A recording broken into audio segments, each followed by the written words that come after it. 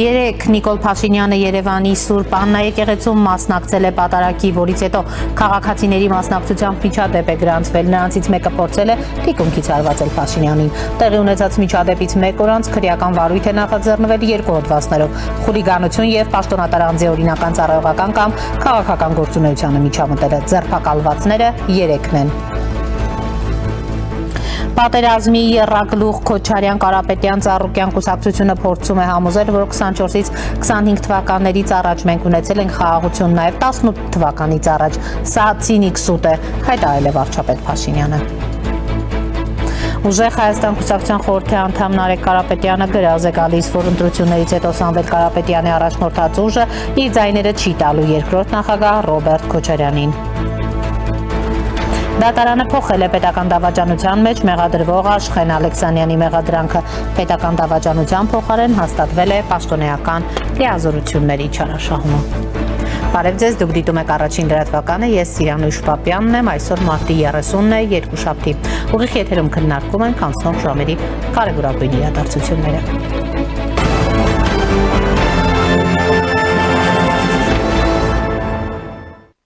Երևանի Սուրբ Աննա եկեղեցում վարչապետի ներկայությամբ տեղի ունեցած միջադեպից մեկ օր անց քրեական վարույթ է նախաձեռնվել 2 հոդվածներով՝ խուլիգանություն ու պաշտոնատար անձի օրինական ծառայողական կամ քաղաքական գործունեությանը միջամտելը։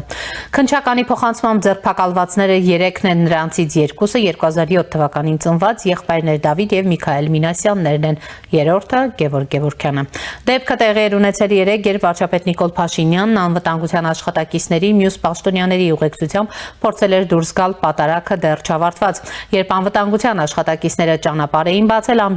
ամբողից մի երիտասարդ վրդովվել էր, հորդորելով չհրել իրեն եւ ասել, որ ցանկանում է իր տեղում կանգնած մնալ։ Տենց չնայես ինձ դիմել էր երիտասարդը վարչապետին, ինչից հետո փորձել էր ձեռքով հարվածել։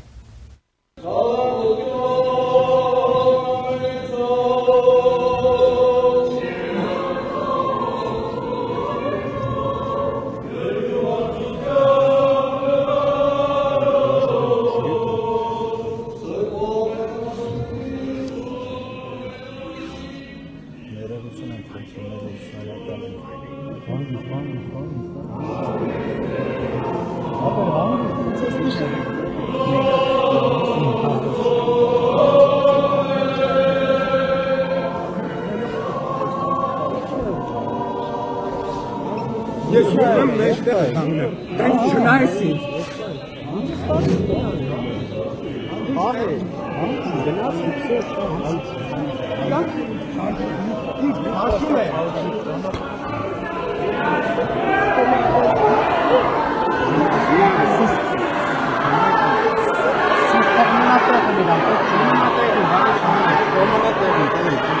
Ոչ մի բան մի արեք, բաչ հանեք, ուսում եք ինձ։ Թող մնա տեղում։ Թողեք թող մնա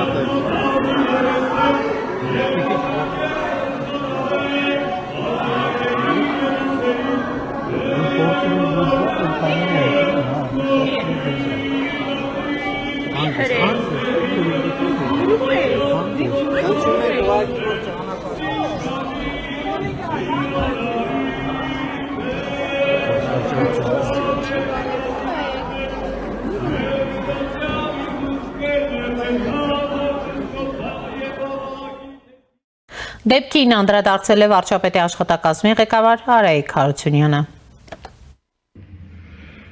Բարի լույս բոլորին, հուսամ լավ եք եւ աշխատանքային լավ շաբաթ եմ ձեզ մաղթում։ Ուզում եմ անդրադառնալ երեք եկեղեցում տեղի ունեցածին։ Գործընկերներս բավականաչափ խոսել են սրա մասին, դատապարտել այս երևույթը ոչ միայն գործընկերներս, բայց այսօր աշխատանքի գալիս հետևում էի, այսպես ասած, օլիգարխիայի խոսափողների արձագանքին այս միջադեպին, եւ ինչ եմ արձանագրում, ուրեմն մետադիչկայով գրում է հետեւյալը. Դե վարչապետ Փաշինյանը չգիտեր, որ շատ մարդիկ կան հավաքված եւ հնարավոր են սադրանքներ։ Ինչ է ստացվում։ Ստացվում է, որ Կտրիչ Ներսիսյանը եկեղեցին վերածել է քաղաքականության մեջ մերժվածների աղանդի, որոնք ուրեմն տոնորերին կամ պատարակներին հավաքվում են եկեղեցիներում եւ ուրեմն թույլ չեն տալիս կամ փորձում են թույլ չտալ իրենց կողմից ոչ հաճո մարդկանց մուտքը եկեղեցի կամ փորձում են սադրել։ Սա ոչ այլ ինչ է, քան աղանդի վերածված մի խմբակ Կտրիչ Ներսիսյանի գլխավորությամբ, որ իրանք են որոշում այդ եկեղեցի ով պետքա մտնի, ով չպետքա մտնի, իրենց հաճելի մարդիկ այնտեղ պետք է լինեն, թե չէ։ Ես կարծում եմ, որ այս կրոնը երբ որ ստեղծվել է ի սկզբանե չի ունեցել նման սկզբունքներ, նման կանոններ եւ նման մտադրություններ եւ հետեւաբար սա աղանդ է, որը պետք է մերժվի Կտրիչ Ներսիսյանի գլխավորությամբ եւ Կտրիչ Ներսիսյանը պետք է հեռանա։ Այսքանը ձեզ լավ օր եւ լավ շաբաթ։ Աշխատանքի եւ սոցիալական հարցերի նախարար Արսեն Թորոսյանն էլ է այսօր անդրադարձել վարչապետի նկատմամբ ոտնձգության փորձին։ Ուզում եի պարզապես հիշեցնել, որ մենք էլ ենք ընդդիմադիր եղել շատ երկար տարիներ եւ անհամաձայնություններ ենք ունեցել տարբեր իշխանությունների հետ, Ռոբերտ Քոչարյանի, Սերժ Սարգսյանի, բայց մտքներովս անգամ չի անցել որևէ մեկ պետական պաշտոնյայի վրա ձեռք բարձրացնել, ելուր մնաց երկրի ղեկավարի։ Ուրեմն պատկերացրեք սրանց հանդգնության եւ բարոյականության աստիճանը, որ կարող են իրենց թույլ տալ նման բան անել, էլ չեմ ասում եկեղեցում, եւ որ տենց իրենք կարծես թե սրբորեն փորձում են այն իհարկե սրբորենը ճակերներում պաշտպանել։ Դուք լսել եք հավանաբար այն արտահայտությունը, որ սրիկաների կամ տականքների վերջին հանգրվանը հայրենասիրությունն է։ Սա ուղիղ նրանց մասին է։ Այո, այդպիսի սրիկաների վերջին հանգրվանը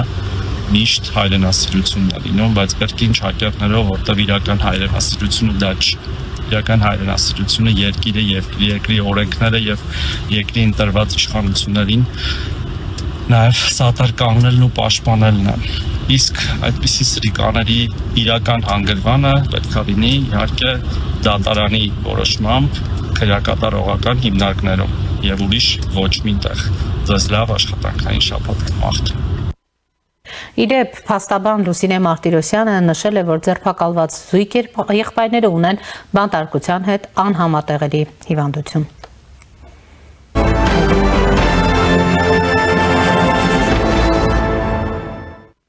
Երեք վարչապետը թիմակիցների հետ շրջել է Երևանի տարբեր վարչական շրջաններում, լսել նրանց մտահոգությունները։ Քաղաքացիներից մեկը հարց է ուղղել թալանածը հետ վերադարձնելու հետ կապված։ Չի երևում ոնց է ամբողջ թալանը հետ բերում, դրանք ազգի մեջքը կոտրողներն են, ասել է քաղաքացին, որին ի պատասխան վարչապետը նշել է։ Վստահ եղեք, process-ները գնում են, ամեն ինչ միջև վերջ գնալու է եւ ամեն ինչ հստակ իր տեղին է հասնում։ Չէ, էսի թեմա չկա, վստահեցնում եմ ձեզ 100% վստահ եմ։ Նա նվիրեմ սրանից ձեզ։ Չէ, քանի դրանք դրսում են, ես եղավ, ես մի էս կպահեմ ձեզ համար, բայց էլ եմ ասում, Սայաթնովայի մեջ մի բան ասում, չէ որ թակավորից դու արդար դատ է։ Ճիշտ է։ Բայց այստեղ խնդիրը այն է, ի տարբերություն Սայաթնովայի ժամանակների, հիմա օրենսդիր գործադիր դատական իշխանությունները տարանջատված են, եւ երբ որ մեկը մյուսին խառնվում է, կարելի է մանանել։ Ձեր ազգանունը ի՞նչ է։ Աբելյան։ Պարոն Աբելյան, տեսեք, ի տարբերություն Սայաթնովայի, որովհետեւ ես նախկին կոմունիստ եմ։ Ո՞ր խնդիր չկա։ Ի տարբերություն ներկայում եմ կոմունիստ, բայց շատ լավ, հիմա ժամանակակից աշխարհում կա իշխանության թևերի տարանջատման եւ հավասարակշռման սկզբունքը։ Եվ այդ սկզբունքները երբ որ խախտում, հանկարծ փորձենք խախտենք, այդ ունքը սարքելու տեղը կտանք աչքնել կհանենք, այսինքն այս պետք է հաշվի առնենք։ Այս ամբողջ պատմությունը։ Ամեն դեպքում ես ներողամտություն եմ հայցում, որ մենք այդ ակնկալիքները եւ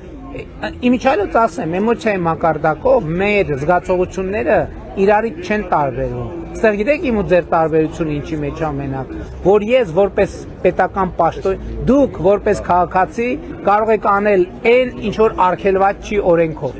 Ես որպես պաշտոնյա կարող եմ անել այն, ինչ թույլատրված է օրենքով։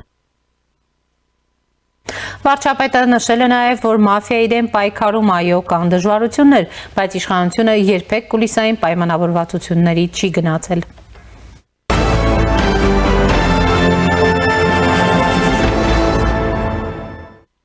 Դատարանը փոխել է պետական դավաճանության մեջ մեղադրվող Աշխեն Ալեքսանյանի մեղադրանքը։ Պետական դավաճանության փոխարեն հաստատվել է պաշտոնեական լիազորությունների չարաշահումը։ Նրա խափանման միջոց կալանքը չի փոխվել։ Հայաստանի դատախազությունը մտադիր է բողոքարկել առաջին ատյանի դատարանի որոշումը։ Հիշեցնենք, հունիսի 29 ազգային անվտանգության ծառայությունից ստացված հաղորդման հիման վրա քննչական կոմիտեի պետության սահմանադրական կարգի հիմունքների ու հասարակական անվտանգության դեմ ուղղված հանցագործությունների քննության գլխավոր վարչությունում քրեական օրենսգրքի 418-րդ հոդվածի առաջին մասով եւ 424-րդ հոդվածի առաջին մասով առերևույթ հանցանքների հատկանիշներով նախաձեռնվել է քրեական վարույթ Հայաստանի արտաքին գործերի նախարարության աշխատակցի կողմից լրտեսության օտարերկրյա պետության ներկայացուցչին պետական գաղտնիք պարունակող տեղեկությանը ծանոթանալու համար պայմաններ ստեղծելու, թշնամական գործունեություն իրականացնելու համար օգնություն ցույց տալու եղանակով պետական դավաճանություն կատարելու դեպքի վերաբերյալ։ Հիշեցնենք նաև, որ արտաքին գործերի նախարարության աշխատակցին կալանավորել էին 25 թվականի օգոստոսի 29-ին։ Այն ժամանակ նշվում էր, որ նա Սիրիային կապի մեջ է եղել ադրբեջանցու հետ եւ նրան փոխանցել կարևոր տեղեկություններ։ Եվ այս պահին առաջինի տաղավարում զրուցելու եմ իրազեկ քաղաքացիների միավորում հասարակական կազմակերպության ծրագրերի համակարգող Դանիել Իոնիսյանի հետ։ Բարև ձեզ, պարոն Իոնիսյան, շնորհակալ եմ հրավերն ընդունելու համար։ Շնորհակալ եմ հրավերի համար։ Պարոն Իոնիսյան, երեկվանից քննարկվում է Սուրբ Աննա եկեղեցում գրանցված միջադեպը։ Իհարկե գիտեք նաև ուրեմն այն հատվածի կարծիքը, որ վարչապետը միտումնավոր է արել, իմանալով, որ հնարավոր է ուրեմն սադրիչ գործողություններ գնացել է եւ եթե այդքան մարդ կար, ինչպես է գնացել։ Դա կոչվում է victim blaming, դա գիտեք ինչին է նման, կան չէ, տենց որ բռնաբարության զոհին ասում են, այ կարճուբ կա էր հակել, դրա համար բռնաբարվեց տեղն այր։ Կներեք, չէ, ոչ, կտրականապես համաձայն չեմ, առավելևս չեմ կարող որևիցե պարագայում համաձայնվել են մտքի հետ, որ կարա Հայաստանի Հանրապետության ղեկավարը ինչ որտեղ ուրիշ քաղաքացիները կարող են գնալ, ինքը չգնալ, չէ։ Ընդորում դա ես կներեք այդ կարծիքին եղել եմ նաև այն ղեկավարների ժամանակ, որոնք մեղմ ասած ժողովրդի կողմից ընտրված չէին։ Եվ այս առումով իհարկե որևիցե պարագայում բռնությունը ընդունելի չի, բայց ես չէի շտապիս այս դեպքը վերագրել որպես Հայաստանի դեմ օրինակ իրականացող հիբրիդային գործողությունների մաս, չէի շտապի ասել, որ սա ընդհանուր քաղաքականությունում բռնություն նորմալիզացնելուն ուղղված գործողություն է, որը Ռուսաստանը անում է։ Բայց ոչ այս։ Բայց այս կոնկրետ դեպքը ես վստահ չեմ, որովհետև գոնե այն տեղեկությունները, որոնք որ ես ունեմ, հուշում են, որ ստեղ մենք գործ ունենք կոնկրետ հիվանդություններ ունեցող մարդու հետ, որի պահվածքի վրա իր հիվանդությունները ազդում են, երևի ես կոռեկտ չեմ համարում հրապարակել, թե ինչ հիվանդությունների մասնախոսքը իսերն ասու թող իրանք հրապարակեն, բայց ինչ տեղեկություններ ունեք, որ հանրությանը հետաքրքրի, բայց այն մասով, որ ուրեմն իրավասու կլինեք հաղորդելու։ Հասեն ուսումնասիրել եք։ Իմ ընկալումն է նա, որ սա երիտասարդ է, որ ունի որոշակի խնդիրներ, եւ այդ խնդիրները առողջական բնույթի խնդիրներ եւ այդ խնդիրները ազդում են իր պահվածքի վրա եւ դա դրա դրսևորումն է։ Եվ բարեբախտաբար ոչ մի լուրջ բան չի եղել, բարեբախտաբար ոչ մի բան չկա, այնց որ Իդեպ փաստաբանն էլ Լուսինեն Մարտիրոսյանն ասում է, որ նա ունի հիվանդություն, փաստորեն զույգ եղբայրներ են։ Հա, ես Անչափահասներ։ Հա, բայց ես ուզում եմ հետևյալը ասեմ։ Պետք է քննություն բարձր, բայց կարևոր է, որպեսզի այդ քննությունը որևիցե ձև ազդված չլինի այն բոլոր քաղաքական հայտարարություններից, որոնք որ կան։ Իշխանության ներկայացուցիչների կողմից։ Կարող է քննությունը անկախ, կարող է ես սխալվում եմ, հա, կարող է ես սխալվում եմ։ Քննությունը նորմալ քննություն գնա, կարող է այդ քննությունը ոչ իմանով ազդված չլինի, պարզան եթե հիվանդ է, լնում է առանձնապես չգիտեմ, չի տվել, չէ՞ ինչ որ մեկին սպանել կամ ինչ որ վատ է տվել, ինչ որ բայց պիտի այստեղ որակյալ քննություն գնա, սա է կարևոր։ Բնականաբար պիտի քննվի, բնականաբար եւ իրավապահները որ բերման են ենթարկել, բա ուրիշ ինչ պետք է անեն կներեք։ Ուրիշ հարցը որ բերման ենթարկելը կարային ավելի պրոֆեսիոնալ անեին։ Ես կուզեի նախաձեռնված երկու ոչ պրոֆեսիոնալ, ոչ պրոֆեսիոնալ պահվածքեր, բայց բնականաբար պետք է բերման ենթարկեին։ Լավ, պարոն Իոնիսյան, անդրադառնանք քրեական վարույթ է նախաձեռնվել եւ երկու հոդվածների հետ կապված է խուլիգանությունը, մեկը պաշտոնատար անձի օրինական ծառայողական կամ քաղաքական գործունեությանը միջամտելը օրինաչափ է այս ամենը։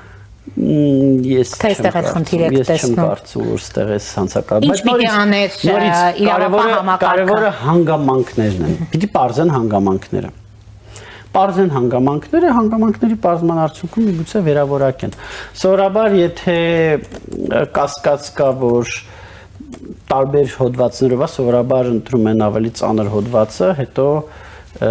եթե պարզում են դա չի ավելի մեղմ արարքա, մեղմացնում են նորից եմ ասում, ես տեղ միայն մի հորդոր ունեմ իրավապահներին, չկաշկանդվել են քաղաքական հայտարարություններով, որոնք որ արվել են, չփորձել արդարացնել այդ հայտարարությունները եւ տանել օբյեկտիվ քննություն։ Բարձր, եթե այդ երիտասարդը այո ինչ որ հատուկ կազմակերպված բան արել, դա մի իրավիճակ է, բայց եթե այդ երիտասարդը ուղղակի տենց իրապես հիվանդ է, ինչ որ հիվանդություններ ունի, հոգեկան հիվանդություններ ունի եւ այդ հիվանդությունների արդյունքում, չգիտեմ, իրեն մի քիչ թարս նայած մարդուն կարող է փորձի խփել, իսկն աստծո թողել թող գնա իր համար։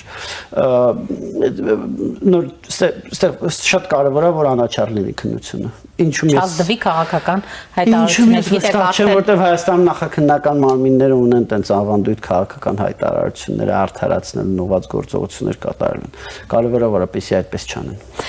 Պարոն Իոնիսյան, անդրադառնանք նաև այս քարոզարշավի կուսակցական քարոզարշավի ընթացքում ուրեմն քաղաքացիների մտահոգություններ, մասնավորապես մենք մի դրվագ նայեցինք, որտեղ քաղաքացին ինչ էր անում, դժգոհում էր, որ պետությունից թալանածը մեծ հաշվով պետությանը չի վերադարձվել։ Վարչապետն էլ ասում էր, մենք չենք միջամտում ուրեմն իրավապահների գործողություններին, այդ պահն էլ կգա եւ այլն եւ այլն։ Եվ կուլիսային պայմանավորվածությունների չեն գնում մաֆիայի հետ, այսպեսի ձևակերպում էր անում։ Գիտեք, այստեղ հետեւյալն է, կառավարությունը իրականացնում է քաղաքականություն, այդ թվում իրականացնում է հակակոռուպցիոն քաղաքականություն։ Այդ հակակոռուպցիոն քաղաքականությունը կառավարությունը իրականացնում է շատ վատ։ Ոնց ասեմ, կարելի իհարկե ավելի վատ էլ լիներ, բայց որ նայում ես, սենց գնահատում ես էլի տարիների ընթացքում, թեև նորից այդտեղ մի քիչ մենք դիտորդական մանդատով կաշկանդված ենք, բայց ներեք կոռուպցիայի դեմ պայքարի հիմնական մարմինը կոռուպցիայի կանխարգելման հանձնաժողովում աշխատավարձները նայում ես ինչքան է, նայում ես այդ աշխատավարձներով մարդիկ չեն կարողանում աշխատող վերցնեն գործի,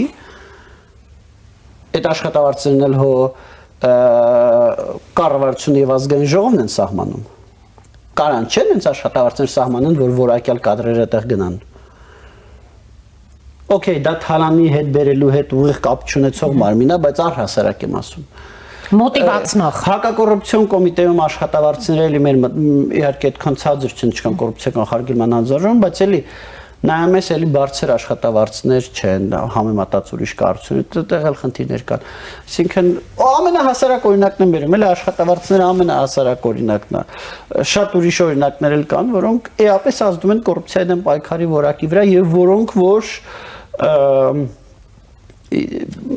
լայն իմաստով իշխանությունների, այսինքն օրենսդիր եւ գործադիր իշխանությունների կողմից կարող են լուծվել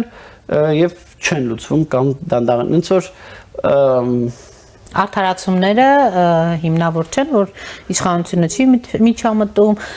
խոստումները էլի օրակարգում են, հատիկ առ հատիկ հեշտեգերը տեսնում եք ինչպես են վերադարձվում պետությանը։ Դե դա թող ժողովուրդը գնահատի։ Ժողովուրդը գնահատում է, ասում են մենք չենք տեսել, որ հունիսի 7-ին է գնահատելու։ Պարոն Իոնիսյան, եւ այս առումով տեսեք, մեկը ուժեղ Հայաստան է խոստանում, մեկը իրական Հայաստան է խոստանում, վարչապետը խաղաղ Հայաստան է, խաղաղություն եւ բանը այդ խաղաղությունը երկարաժամկետ կլինի, եթե այս իշխանությունն ունի, եթե ոչ, ուրեմն սեպտեմբերին կստանանք պատերազմ եւ այլն եւ այլն։ Այստեղ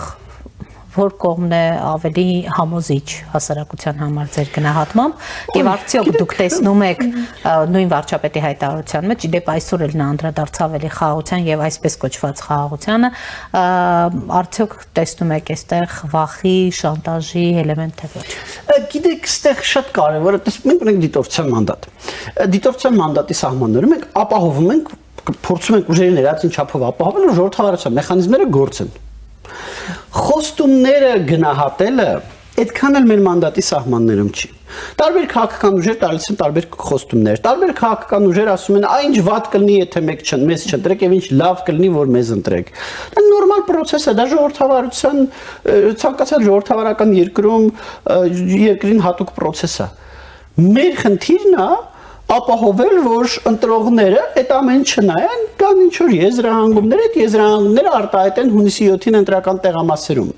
Որ ընտրողները հենց դա արտահայտեն ընտրական տեղամասերում եւ ոչ թե վերցրած ենթադրյալ ընտրակաշարքը,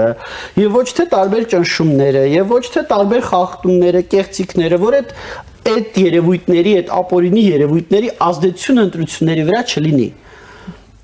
Որ ընտրությունների վրա չազդի Ռուսաստանը, որ ընտրությունների վրա չազդի վարչական ռեսուրսի չարաշահումը, կամ այդ ամենը ազդելու է, քիչ ազդի, որ ընտրությունների վրա քիչ ազդի այն ահռելի ֆինանսական հոսքերը, որ որոշ ուժեր սրսկում են process-ի մեջ, մեր խնդիրը դա է։ Ընտրողները թող որոշեն, որ քաղաքական ուժի խոստումները կամ որ քաղաքական ուժի իրենց չընտրելու դեպքում տենց վատ սցենարներ իրատեսականա, որը չէ, դա ընտրողների որոշելիքն է հունիսի 7-ին, թող որոշեն հունիսի 8-ին կտեսնենք։ Լավ, պարոն Իոնիսյան, ասում եք դա ընտրողի որոշելիքն է, բայց միևնույն ժամանակ դուք եք չէ ահազանգում, որ 80-100 մարդ, դուք եք ընտրող եւ ահազանգում եք, որ 80-ից 100,000 մարդ ավտոբուսով կամ օդանավով ընտրություններից առաջ կժամանի Հայաստան կոնկրետ քաղաքական ուժի դաշինքից մեր խնդիրը այդ երևույթներին հակազդելն է։ Մեր խնդիրը հակազդելն է ընտրակաշարքով եւ պարտադրանքով Ռուսաստանից ընտրող բերելուն։ Չգիտեմ, Հայաստանում ընտրակաշարքին, վարչական ռեսուրսի չարաշահմանը, չգիտեմ, այլ տեսակի ապօրինություններին, դրան հակազդելը այո մեր խնդիրն է։ Եվ դա լրիվ մեր մանդատի մեջ է մտնում, հա։ Իսկ ինչքանով են ընտրողները ազատ, այսինքն մեր խնդիրն ապահովել, որ ընտրությունների արդյունքները արտահայտեն ազատ ընտրողներին, որոնք ազատորեն նայում են քաղաքական դաշտին, գալիս են ինչ որ եզրահանգման, եւ այդ եզրահանգումը արտահայտում են քվեարկության ծրարի մեջ։ Ոնց որ սա է մեր մանդատը եւ մեր համար կարեւոր է որ հենց տենց էլ լինի եւ ընտրությունների արդյունքները նվազագույն ազդված լինեն այդ երևույթներով հնարում այդ երևույթների մեջ ես նաեւ կներառեի տարբեր տեսակի հիբրիդային գործողությունները, ապատեղեկատվությունը եւ այլն իհարկե ապատեղեկատվության դեմ պայքարելն էլ է մտնում քաղաքասարակության մանդատի մեջ բայց նորից դա խոստումները ընտրողները թող գնահատեն էլի։ Պարոն Իոնիսյան, դատարանը փոխեց պետական դավաճանության մեջ մեղադրվող Աշխեն Ալեքսանյանի մեղադրանքը, պետական դավաճանության փոխարեն հաստատվեց պաշտոնեական լիազորությունների չարաշահում։ Նախ ինչպես եք գնահատում, շատ մեծ աղմուկ առաջացրեց հաղորդագրությունը, որ շատ դժվար է գնահատել որևիցե քրեական գործով դատարանի կայացրած որոշում, որը դռնփակ է, որի գործունեություններին մենք հասանելիություն չունենք եւ չենք էլ ունենա։ Բայց հիշում եք, որ ինչպիսի հաղորդագրություններ կային այն ժամանակ։ Շատ դժվար է գնահատել, էլի, այստեղ դատարանը ճիշտ արեց, սխալ արեց, տենց պիտի աներ, տենց պիտի չաներ։ Չէ՞ որ հայտարարվել էր պետական դավաճանության մասին, Սկզբանե մեղադրանքը պետական դավաճանության էր, ինչը նշանակում է, որ իրավապահ մարմինները, այսինքն քննչական կոմիտեն եւ դատախազությունը այն կարծիքի էին, որ պետական դավաճանություն է։ Դատարանը ասեց, չէ։ Ես ուրիշ կարծիք եմ, ես այն կարծիք եմ, որ ոչ թե պետական դավաճանություն, այլ պաշտոնական դիրքի չարաշահում։ Հիմա ես որ ոչ գործունեություններին հասանելիություն ունեմ, ոչ բան ունեմ, կոպիտ ասած ես ինչ իմանամ։ Նկատի ունեմ այսպիսի կարևորագույն ուրեմն գործերը չպետք է հանրությանը ավելի այսպես պարզ ներկայացվեին, ավելի շատ պարզաբանումներ տրվեին։ Դե մի քիչ բարդ է, էլի, որտեվ ինքը ամեն դեպքում դռնփակ գործ է եւ հասկանալի պատճառներով գաղտնի քննվող գործ է, էլի։ Պարոն Իոնիսյան, անդրադառնանք, քանի որ շեշտադրեցիք նաև այս հիբրիդային գրողները, որոնք այսօր էլ կան, երեկ էլ կան, վաղն են լինելու եւ ավելի գուցե ուժգին գրողների են ականատես լինելու, ուրեմն որքանով է հնարավոր լինելու այս գրողների դեմ ուրեմն իրական գործողություններ անել, նույն այդ ուրեմն եվրոպական խմբով 20-30 հոգանոց խմբով հնարավոր լինելու է չի լինելու Շատը կարծում են, որ լինելու է կիբերանվտանգության ոլորտում, որտեղ սա այն ոլորտն է, որտեղ Հայաստանը ինքնուրույն չէր կարողանալու պաշտպանվել, տեղեկատվական անվտանգության եւ մյուս կոմպոնենտներով Հայաստանը քիչ թե շատ կարծում եմ կարող է գլուխ հանել, բայց կիբեր ոլորտում շատ կարևոր է արևմուտքի աջակցությունը։ Չունենք մասնագետներ, կադրեր։ Չէ, մասնագետներ ունենք, բայց այս դեպքում խոսքը Ռուսաստան նման երկրի զանգվածային հարձակման հավանականության մասին է, որը եղել է Մոլդովայում եւ որը հավանաբար կլինի Հայաստանում եւ Ռուսաստանից պաշտպանվելու համար մեզ պետք էին աշխարհի լավագույն մասնագետները, լավագույն կարողությունները եւ հույսով եմ, որ դա կլինի։ Դա ամենաբանն է, որտեվ մնացած ոլորտներում արևմուտքի աջակցությունը այդքան օրհասական չի, այդքան օրհասական խաբարն օգտագործում, crucial չէ, էլի այդքան կարևոր չի, ինչքան այդքան անփոխարինելի չի, ինչքան կիբեր ոլորտում, կիբերանվտանգության ոլորտում։ Պարոն Իոնիսյան, եւ ըստ էության սա կլինի Եվրամիության աջակցությունը, իսկ Հայաստանի իշխանությունը պատրաստ է դիմագրավելու այս հիբրիդային գրողներին առհասարակ, բացի այն, որ դիմեց աջակցություն խնդրեց, մասամբ պատրաստ չի, մենք ունենք խոցելիություններ, մենք ունենք պետական մարմիններ, որոնք որ բացակա են, մենք ունենք պետական մարմիններ, որոնք որ ոնց ասեմ, որ չլինեին, կարողա ոչ ոք չփոխվեր կամ նույնիսկ ավելի լավ լիներ։ Մենք ունենք պետական մարմինների տարբեր տեսակի խնդիրներ, տարբեր տեսակի էֆեկտիվ կներեք Հայաստան, սա օրինակ երբ որ ասում ենք, հա,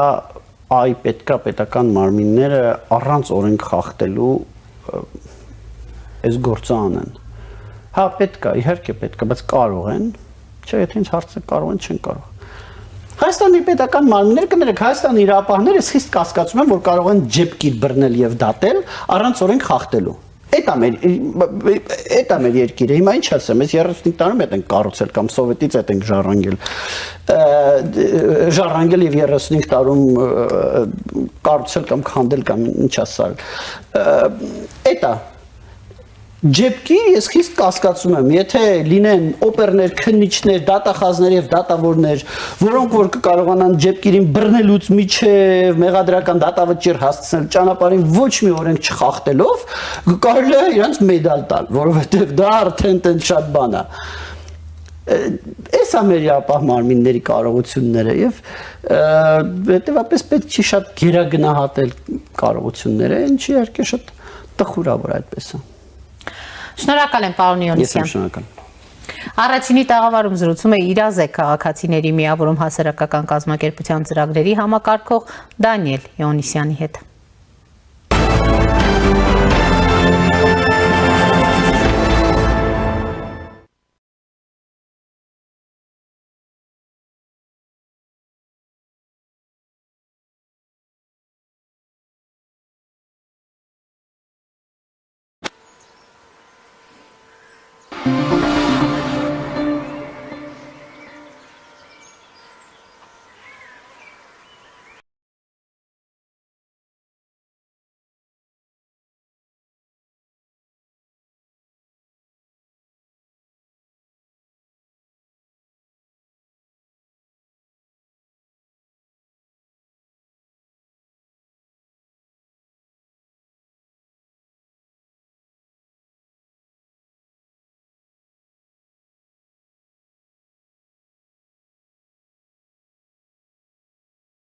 Իդեալ համակարգը տեղաբաշխում է 1 միլիարդ դրամի գովազդային ֆոնդ նորակառույց բնակարանների բոլոր շահառուների միջև։ Յուրաքանչյուր ընտանիք կարող է ստանալ 500,000 դրամի սերտիֆիկատ, որը կդառնա ձեր առաջին քայլը բնակարանը երազանքի տուն դարձնելու ճանապարհին։ Իդեալ համակարգ դեպի կատարելություն։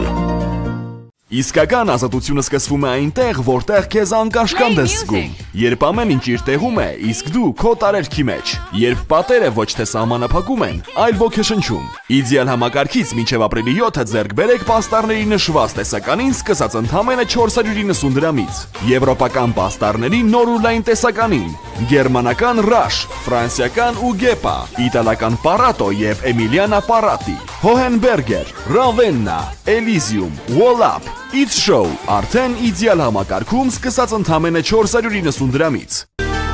Իդեալ համակարգ դեպի կատարելություն։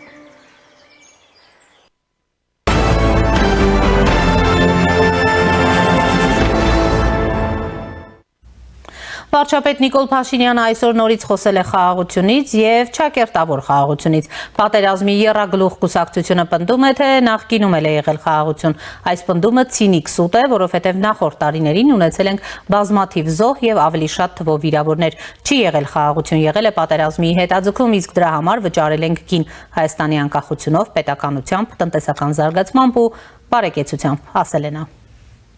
Մեր պատկերացումը հակառակն է, որ խաղաղություն նշանակում է զոհերի եւ վիրավորների բացակայություն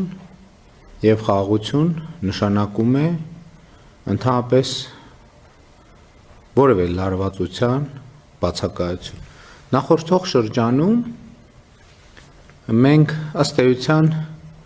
անընդհատ ունեցել ենք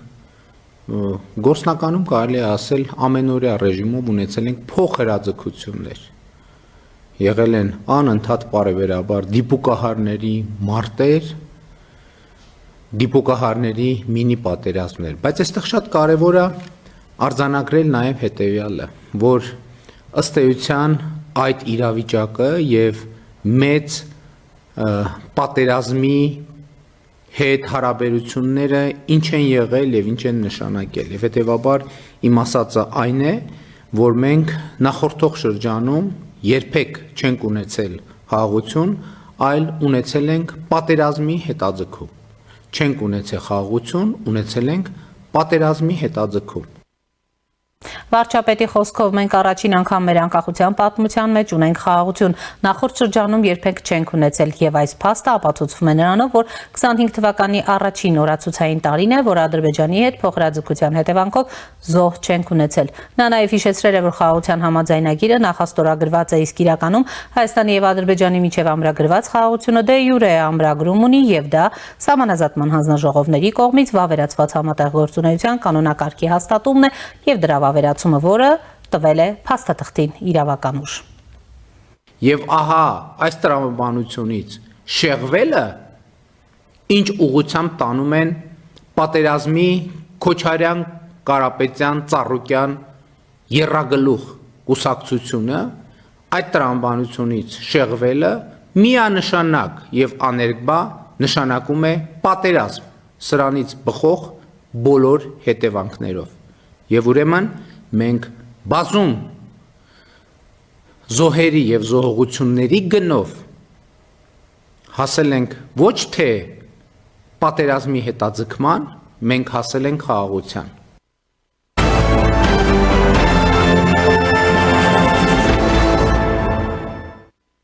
Ուժեղ Հայաստան կուսակցության խորհրդի անդամ Նարեկ Կարապետյանը հերքում է քաղաքացիական պայմանագրի անդամների այն հայտարարությունը, թե ընտրություններից հետո Կարապետյանի առաջնորդած ուժը իր ձայները տալու է երկրորդ նախագահ Ռոբերտ Քոչարյանին։ Նրա խոսքով սա ապացուցում է, որ բան չեն կարողանում Կարապետյանի վրա գտնել։ Մեր ուժն իր ձայնը տալու է Սամվել Կարապետյանին որպես Հայաստանի հաջորդ վարչապետի։ Ով կասկածի, ասեք Նարեկ Կարապետյանը գրազ է գալիս։ Ինչ գրազ ուզում են, թող ասեն ու գրազն էլ դուք կվերցնեք հաղթելուց հետո։ Գավառում քաղաքացիների հետ հանդիպման ժամանակ հայտարարել է Կարապետյանը։ Գործարար Սամվել Կարապետյանի առաջնորդած ուժեղ Հայաստան կուսակցությունը հայտարարում է նաև ընտրություններին դաշինքով մասնակցելու մասին։ Քաղաքական ուժը սակայն փակագծեր չի բացում, թե մասնավորապես որ ուժերի հետ են դաշին կազմելու, կան արդյոք ընթացիկ բանակցություններ, թե ոչ։ Կուսակցության քաղխորհրդի անդամ Կարապետյանը սոցցանցում հայտնել է միայն, որ ուժեղ Հայաստանը դռները բացում է բոլոր նոր ուժերի առջև, որոնք ցանկանում են միավորվել եւ փոխել Հայաստանի ընթացքը։ Ըստ նրա ապառակտումների ժամանակաշրջանը պետք է մնա անցյալում։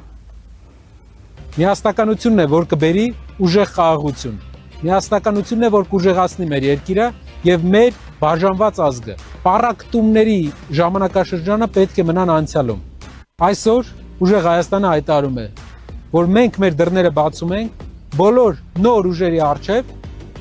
որոնք ցանկանում են միավորվել եւ փոխել Հայաստանի ընթացքը, որոնք ցանկանում են ստեղծել ուժեղ Հայաստան։ Մենք կստեղծենք դաշինք ուժեղ Հայաստան Սամվել Կարապետյանի հետ։ Միասին մենք կկարողանանք արդարացնել մեր ժողովրդի սպասելիքները եւ լուծել մեր ազգի առջև ծառացած խնդիրները, որպեսզի հետո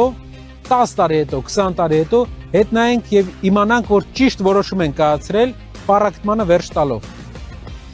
Իգործ Ազգային ժողովի փոխնախագահ Ռուբեն Ռուբինյանը անդրադարձել է Կարապետյանի հայտարարությանը, նշելով, որ ընդունում է ռուսաստանցի օլիգարխի Զարմիկի գրազի առաջարկը եւ գրազ է գալիս $1 միլիարդ վրա։ Տեսա, որ Սերժ Սարգսյանի աշխատակազմի երբեմնի ղեկավարի որդին եւ համատեղության կարգով ռուսաստանցի օլիգարխի Զարմիկը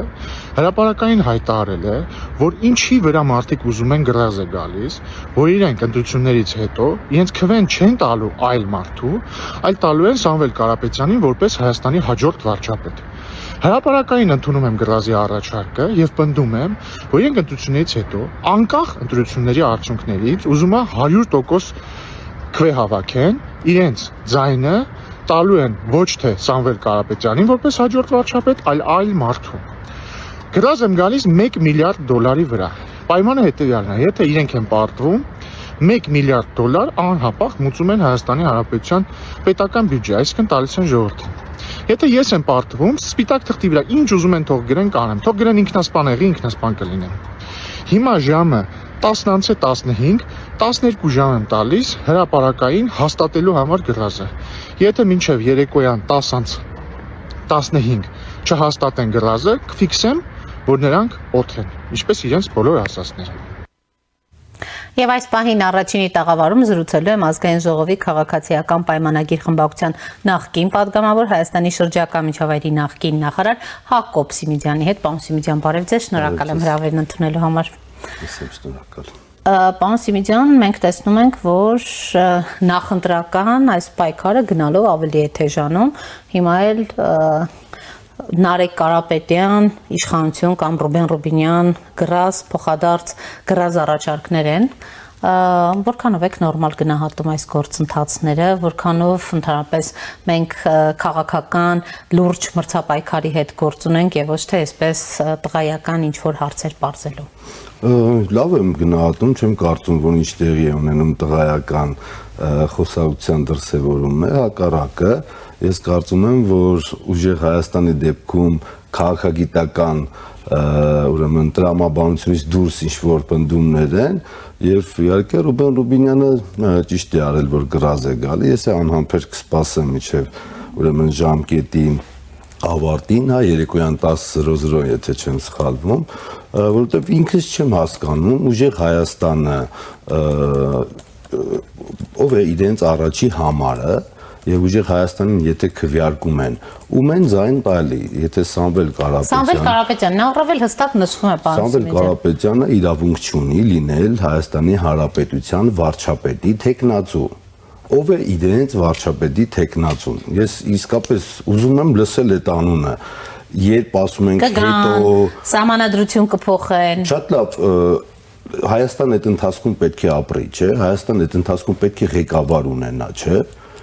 Ով է լինելու այդ ղեկավարը։ Դա մի օրվա գործ չի։ Արագ կանեն, պարոն Սիմիդյան, շատ արագ կանեն, ասում են մի մտահոգվեք, արագ ամեն ինչ ճիշտ ժամանակ կարվի։ Հետո իրենք դաշինք են կազմում, տեսակ նոր լսում ենք Նարեկ Կարապետյանին, փաստորեն կհամախմբվեն իրենց ուժի շուրջ, դաշինքով կգնան եւ այլն, թեև բացառեց Ռոբերտ Քոչարյանին ուրեմն աջակցելու հավանականությունը։ Պարոն Ռուբինյանը ճիշտ է ասել, իրենք որևէ մեկին պետք է տան իրենց ձայները, ում են տալու։ Սամվել Կարապետյանին չեն կարող ձայն տալ։ Սամվել Կարապետյանը դե յուրե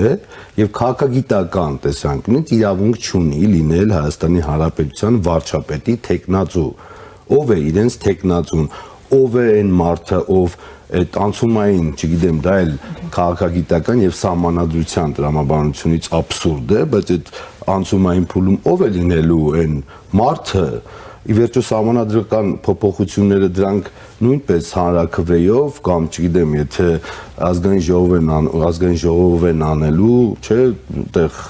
սահմանադրական մեծամասնություն ունենալու խնդիր կա, ում են տալու ձայնը։ Ես էլ կսպասեմ մինչև 10:00, հետո քննարկենք արդեն։ Լավ, պարոն Սիմիդյան,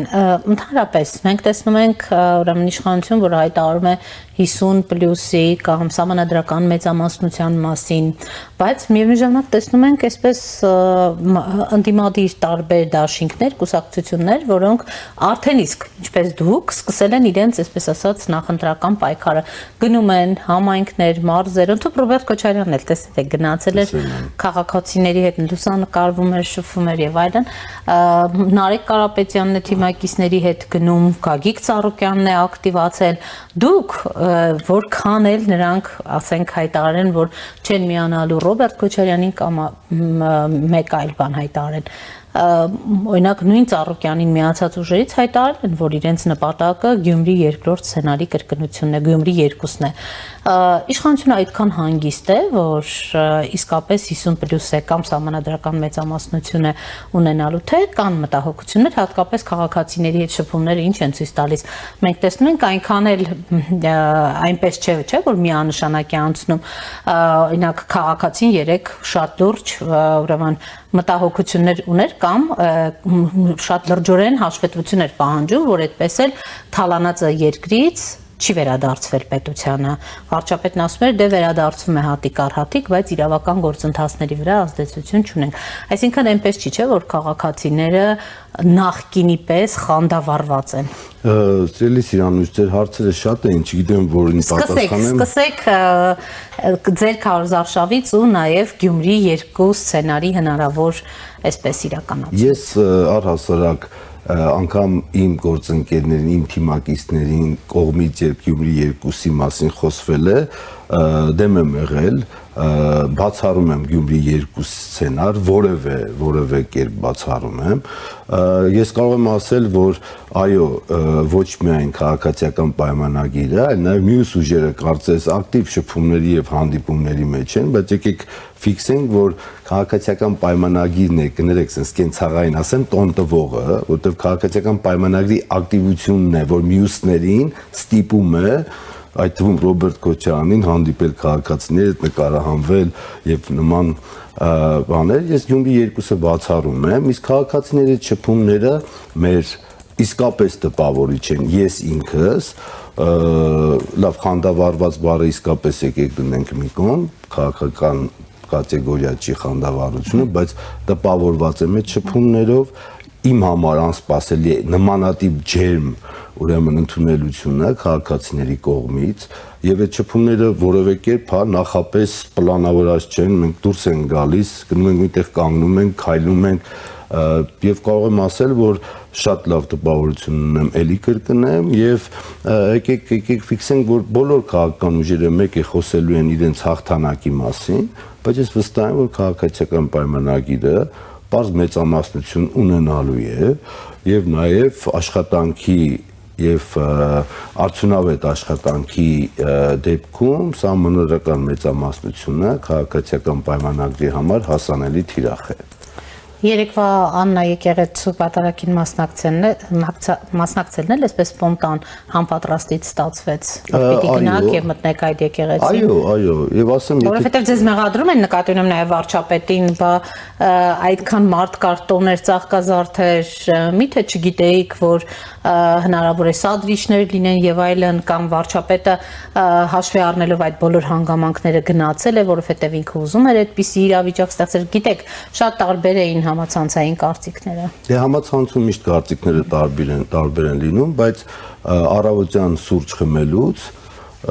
եթե չեմ սխալվում, գործընկերներից մեկն է առաջարկել գնալ եկեղեցի եւ իհարկե Սուրբ Աննա եկեղեցի գնալ, այսինքն տեղում է որոշվել, վեր ենք կացել տեղից, գնացել ենք, մասնակցել ենք, իսկ միջադեպը դա արդեն իրավական գնահատականի միջադեպ է։ Լավ, պարոն Սիմիկյան, վստահ եմ հետևել եք ամեն դեպքում եւ փաստաբանի կարծիքին, եւ քննչականի հաղորդագրությանը, եւ ոստիկանության, ամեն դեպքում նաեւ դուք գիտեք զույգ եղբայրներ են, որոնցից մեկը առողջական լուրջ խնդիրներ ունի, փաստաբանն էլ է ասել այդ մասին արդեն, որքանով իրավապահները, քննիչները նույն քաղաքական հայտարարություններից ազդված քայլեր կանեն, թե եւ որքանով այսպես իսկապես իրավական դաշտում կմնան, որովհետեւ ձեր թիմի հայտարարությունները շատ էին գիտեք, ազգային ժողովի փոխնախագահից սկսած նախարարը բոլորով,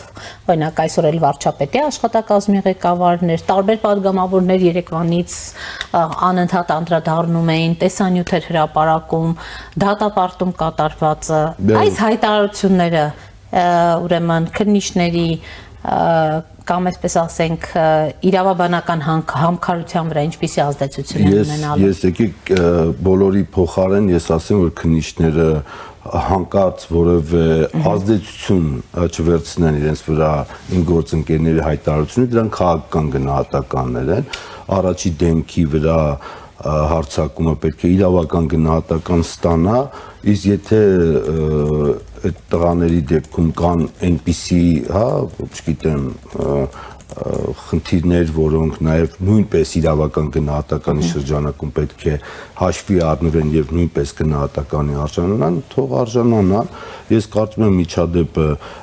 այստեղ այս նմանատիպ միջադեպերի դեպքում համ պետք է մենք դուրս գանք քաղաքական,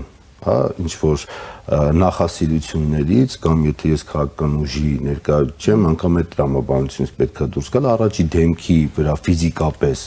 հարձակումը դա դատապարտելի եւ իրավական գնահատականի արժանի արարք է, ես կարծում եմ այստեղ երկրորդ կարծիք գոյություն չունի։ Պարոն Սիմիդյան, դուք նշում եք, որ քաղաքացիները բավականին խանդավառ են ձեզ ընդունում, տպավորված եք եւ այլն, բայց ամեն շաբաթ միշտ կարծեք թե ինչ որ միջադեպ, անախորժություն հաստատ լինում է։ Մի դեպքում մետրոյից դուրս, մի դեպքում ազգային ժողովի նախագահն է, մյուս դեպքում վարչապետն է եւ այլն, առանց այսպես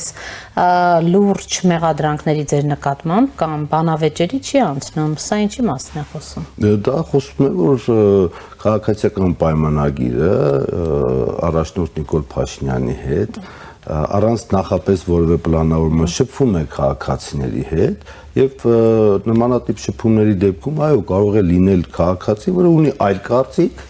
եւ արտահայտի իր կարծիքը եւ այդ ամեն ինչ տեղի ունենում ուղիղ եթերում, ես կարծում եմ որևէ տարօրինակ բան չկա, տարօրինակ բան կլիներ, եթե բոլորը գովեին եւ բոլորը միայն դրական բաներ ասեին, այդտեղ կարելի էր կասկածով վերաբերվել, որ նախապես ինչ-որ բան պլանավորած է, իսկ որ ոչ բոլորը պետք է մեզ սիրեն, վստահ եմ 2018 թվականի հեղափոխության ամենալավ ժամանակներում է բոլորը չի, որ Նիկոլ Փաշինյանին սիրել են եւ բոլորը չի, որ քաղաքացիական պայմանագիր կուսակցությանը ընտրել են։ Իսկ այդ դեպքերը այդ շփումներում որ լինում են դրա վկայությունն է։ Իսկ այն որ քաղաքացին երեք արդարացի այդպիսի պահանջներ էր ուրեմն ներկայացնում, հաշվետվություններ պահանջում, վարչապետն ասում էր մենք իրավապահ համակարգի վրա ազդեցություն չենք ունենում, այն նույն այդ սպասված ակնկալիքների ուրեմն այսպես արդարացված չլինելը լուրջ խնդիր չի առաջացնելու ձեզ համար, ձեր ընտրության համար, որովհետև քաղաքացիները բոլորի շրջապատում էլ վստահ եմ ձեր շրջապատում էլ եւ այս այցերն ցույց են տալիս, որ ամենաշատը դժգոհ են իրավապահ համակարգից կամ պետությունից գողացվածը պետությանը ուրեմն հավուր պատշաճի չվերադարձնելու։ Հիմա ես կնշեմ օրինակ ձեր падգամավորները ազգային ժողովի ամբիոնից անընդհատ Լևոն Քոչարյանին հիշեցնում են այդ 200 միլիոնը կամ Ռոբերտ Քոչարյանին, բայց քաղաքացին պարզ հարցնում է, լավ, այդ պետությանը երբ է վերադարձվելու այդ գումարը։ Չի ստացվում, սենց ուղղակի ձեզ համար քաղաքական բան է, պայքարի համար օգտագործում եք դա, վաղ միսօր հնարավոր է որևէ կոպեկել, օրինակ նույն Ռոբերտ Քոչարյանը եւ նրա ընտանիքը չվերադարձ պետությանը։ Ասեմ, որ եթե չեմ սխալվում, թվում 773 միլիոն դոլարի մասին է խոսք գնում, որ արդեն վերադարձվել է, ճիշտ եք ասում, որ քաղաքացիների կողմից մեզ ուղղված քննադատություն կա եւ մեզնից պահանջ կա մեծ եւ մեզ շատ են քննադատում դրա համար, որ նախկինում գողացվածը դեռ վերադարձված չի, բայց նաև 8 տարի անցել, ուզում հիշեցնել 8 տարի անցել։ Հիշում եք, որ նաև հեղափոխության փուլում եւ հեղափոխությունից հետո ասվել է եւ ֆիքսվել է, որ վենդետաներ չեն լինելու եւ կարծում եմ իրավական լավագույն գործիքն է ստեղծվել, հա, այդ ապօրինի գողացված գույքը պետությանը վերադարձնելու խոսքը հենց ապօրինի գույքի վերադարձման են գործընթացի, իրավական գործընթացի, որի մի դատախազությունում ունենք եւ որի շրջանակում ոչ միայն Ռոբերտ Քոչարյանը, եթե հաշվենք թե ինչ գույքի հենց ֆինանսական եւ գույքի տեսքով հա ինչ գումարների մասն է միլիարդավոր դոլարների մասին է մենակ Քոչարյանի մասին է։ Լավ, պարոն Սիմիջյան, այո վերադարձվել է պետությանը, բայց հա եղել է առանձին, գիտեք նույնիսկ շատերի մոտ ժպիտ էր առաջացնում, երբ վարչապետը որևէ Range Rover-ի մասին էր հայտարարում, որ դարձյալ պետությանն է վերադարձում։ Ինչու էր այս ժպիտի առաջանում, որովհետև վարչապետը ստացել էր, որ ոչ թե մանր ձկներ, այլ եւ մանր եւ խոշոր ձկներն են պետությունից թալանածը հատիկ առ հատիկ վերադարձնելու։ Հիմա ինձ թվարկեք գոնե 2-3 խոշոր ձկան, այսպես ասած, հա, պայմանական ձուկը դուք եք օգտագործել անուն,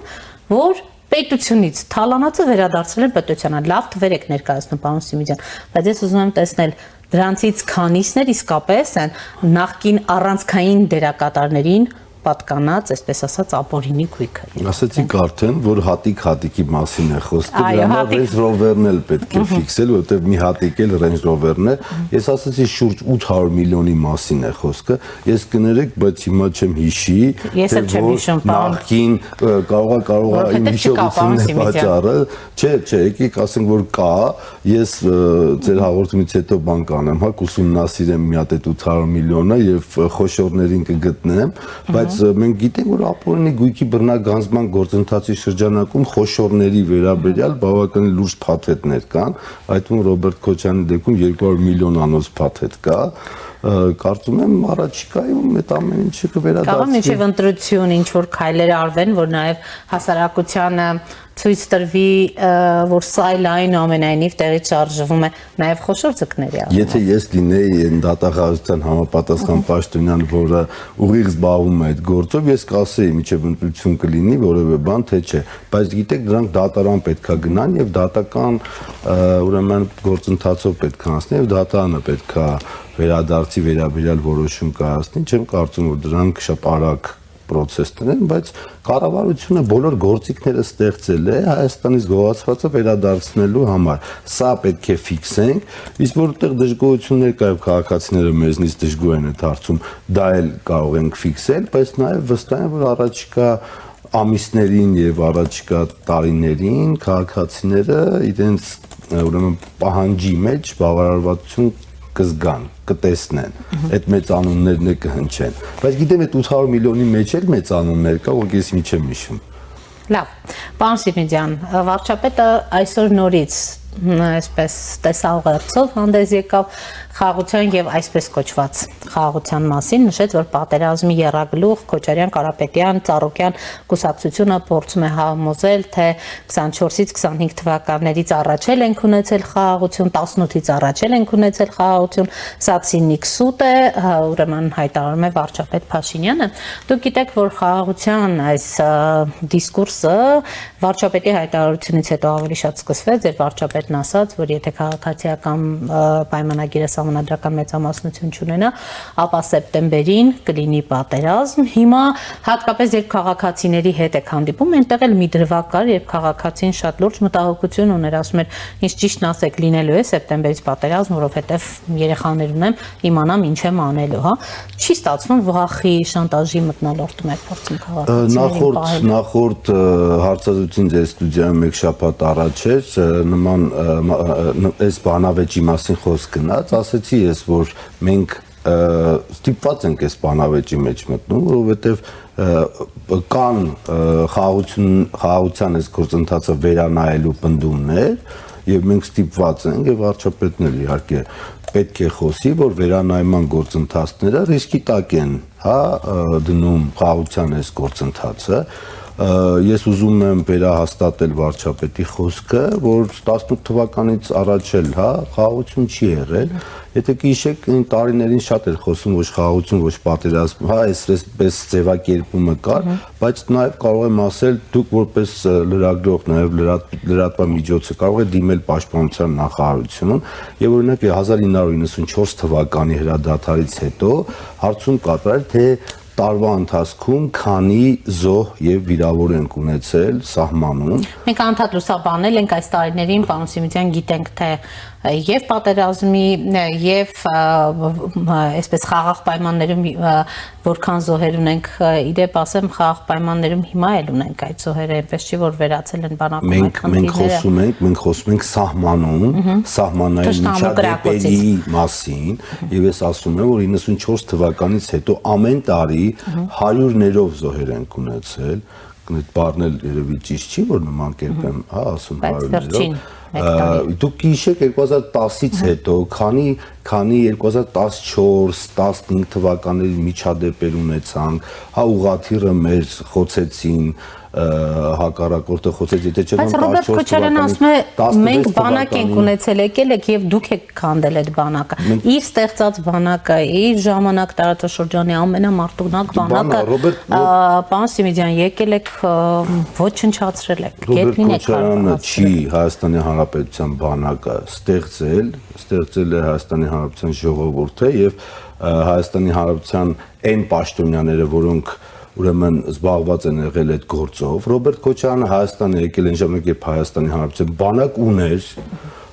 Ռոբերտ Քոչարյանը թող խոսի, թե իր ղեկավարման ժամանակում բանակում ինչ էր կատարվում, հա, թե բանակը ինչպես են խառնում ընտրություններին, գործը հասավ նրան, որ 2008 թվականին մարտի 1-ին բանակը Երևանի կենտրոնում էր կանգնած, Ռոբերտ Քոչարյանը թող իր ժամանակների բանակի մասին խոսի եւ Ռոբերտ Քոչարյանը իրավունք չունի իրեն վերագրել Հայաստանի Հանրապետության բանակի ստեղծումը։ Ես մի անուններով չխոսեմ, բայց Ռոբերտ Քոչարյանը եթե վերջում չէ, գոնե մեջտեղում լինելու իրավունք ունի, եթե այդ իրավունք ունի խոսելու, հա, ինքը չի բանակը ստեղծել, թող հանգիստ լինի։ Հիմա Հայաստանի բանակը ուժեղանում է եւ արդեն ասվեց վարչապետի կողմից, որ շուտով զորահանդես կլինի, կարծում եմ Հայաստանի Հանրապետության մայիսի 28-ին,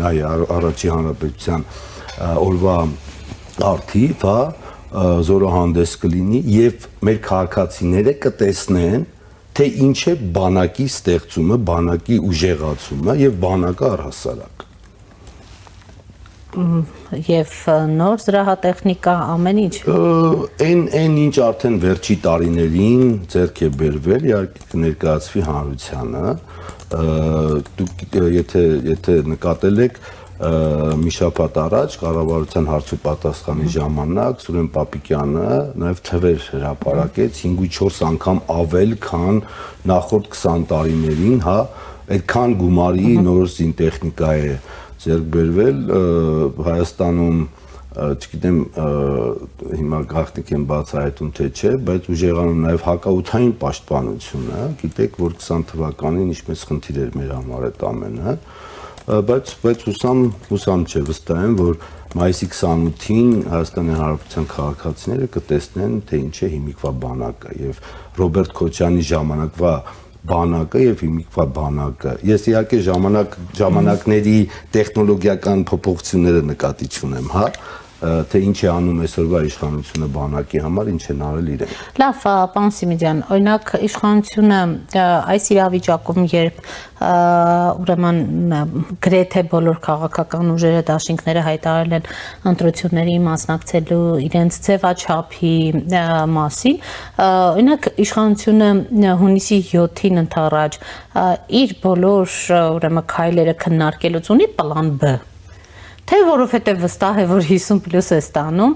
էլ ինչ կարիք կա մտածել պլան B-ի մասին։ Ես ասացի, որ մենք վստահ ենք, որ 50+ ունենալու ենք, սեփ սահմանադրական մեծամասնությունը հասանելի թիրախ է,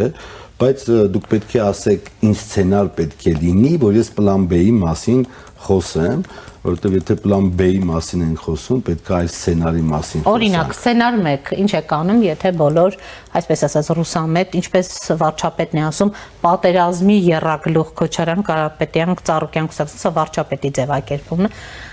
ուրեմն միավորվում են։ Մենք դառնում ենք ընդդիմություն։ Պատրաստ եք այս սցենարը քննարկել եք, օրինակ, որ եթե այդպիսի իրավիճակ լինի, դուք տեսնում եք արդեն։ Եկեք այսպես ասենք, այդ սցենարը քննարկելու խնդիր չկա, եթե քաղաքացիները ձայնը տալիս են մյուսներին, մեզ քիչ են տալիս, դա Հայաստանի Հանրապետության սահմանադրությունն է։ Բայց պատկերացնում եք, թե ինչ կլինի, երբ դուք դառնաք ընդդիմություն։ Ես չեմ պատկերացնում, որտեղ վստահ եմ, որ հաղթելու ենք, եկեք դրա համար եմ ասում, պլան B-ի մասին խոսալուց Հայաստանի օրենսդրությունը չենք քննարկում։ Տեսեք, դուք խոսում եք խաղաղության մասին, մյուս ուժերից մեկը խոսում է ուժեղ խաղաղության մասին, մյուսը իրական խաղաղության մասին, արժանապատիվ խաղաղության մասին, ասում են այնինչ այս իշխանությունն է բերել, դա սա խաղաղություն չի, սա ոչ արժանապատիվ խաղաղություն է, այ իրենք կգան ու արժանապատիվ խաղաղություն կբերեն։ Դուք հիմա ինձ ստիպում եք մտնել այն դիսկուրսի մեջ, որի մասին խոսում էի, որը ենթադրաբար ասում է, որ մենք դրանով վախացնում ենք մեր քաղաքացիներին։ Հայաստանի Հանրապետությունը փաստացի խաղաղություն է եւ դրա համար նաեւ կան փաստաթղթեր ստորագրված, կա նաեւ վարչապետեսոր ասել սահմանազատման հանձնաժողովը, կա կոնկրետ գործընթաց, որի արդյունքում Հայաստանի Հանրապետությունում եւ Հայաստանի Հանրապետության շուրջը խաղաղություն է տիրում։ Հիմի մյուսները բացի այդ բառակապակցություններից թող ասեն ինչ է նշանակում իրենց ասածը։ Այ որ սկսեն ասել, այդ ժամանակ արդեն կբացահայտվի, թե ինչի արդյունքում է, որ իրենց,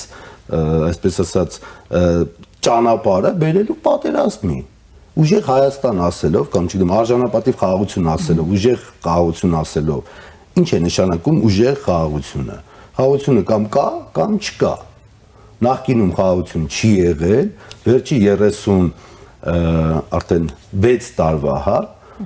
անկախ Հայաստանի Հանրապետություն երբեք խաղաղություն չի ունեցել, հիմա ունի, որտեղ կան փաստաթղթեր, որտեղ կան իրավական գործընթացներ, որոնք երաշխավորում են Հայաստանի Հանրապետության խաղաղությունը։ Մյուսները պետք է արդեն իրենք իրավական, հա, դա նախորդ անգամ էլ ասեցի, նախագիծ է, իրավական գործընթաց է, պետք է ներկայացնեն հանրությանը, ինչ է նշանակում ուժեղ խաղաղություն։ Որ քաղաքացիները հասկանան մեր առաջարկը դիտարկեն, հետո մյուսների առաջարկը, որտեղ մեր առաջարկը ամբողջական գործընթաց է եւ կարող է իրենք ուժեղ խաղաղություն ասելով այնպիսի բան նկատի ունեն, որը բերելու է պատերազմի։ Իվերջո թող բացեն։ Մենակ ուղղակի հոդաբաշ կամ անհոդաբաշ ինչ-որ արտահայտություններով չի կյանքը։ Շնորհակալ եմ, պարոն Սիմիջյան։ Առաջինի տաղավարում զրուցում է Ազգային ժողովի քաղաքացիական պայմանագիր խմբակցության նախկին պատգամավոր Հայաստանի շրջակա միջավայրի նախկին նախարար Հակոբ Սիմիջյանի հետ։ Այս ժամի համար այսքանն էինք նախատեսել։ Հետևեք մեր թողարկումներին, կհանդիպենք։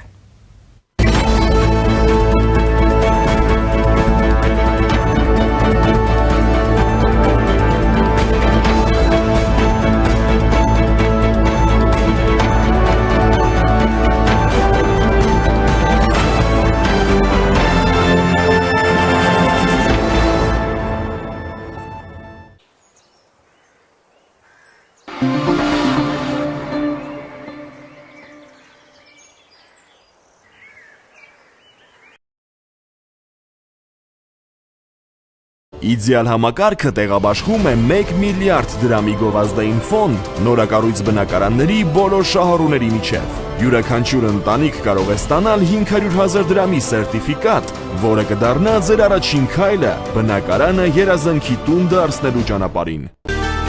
Իդեալ համակարգ դեպի կատարելություն։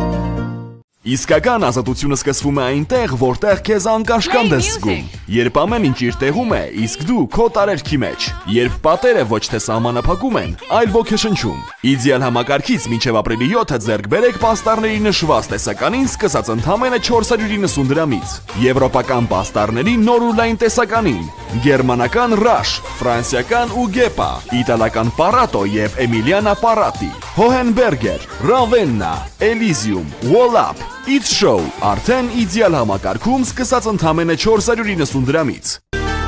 Իդեալ համակարգ դեպի կատարելություն։